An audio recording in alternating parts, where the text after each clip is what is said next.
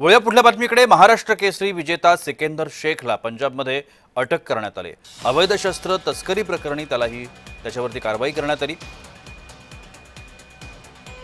सिकंदर एका मोठ्या प्रकरणामध्ये अडकलाय। पंजाब पोलिसांनी सिकंदर शेखला शस्त्र तस्करी प्रकरणामध्ये अटक केली आहे। सीआयए पथकाने राजस्थानमधल्या पपला गुर्जर टोळीला शस्त्र पुरवणाऱ्या टोळीचा पर्दाफाश केला।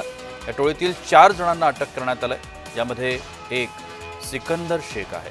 पंजाब पोलिसांच्या पथकाने आरोपीकडून 1,99,000 रुपये रोख, 5 पिस्तूल, कारतूस आणि स्कॉर्पिओ तसंच एसयूव्ही अशा 2 गाड्या जप्त केल्या।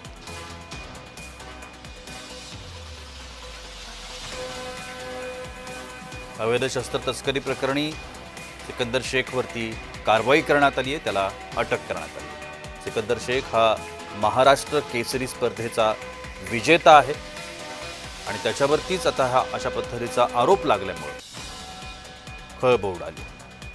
महाराष्ट्रासाठी धक्कादायक बातमी म्हणता येईल। महाराष्ट्र केसरी स्पर्धेचा विजेता सिकंदर शेखला पंजाबमध्ये अटक झाली।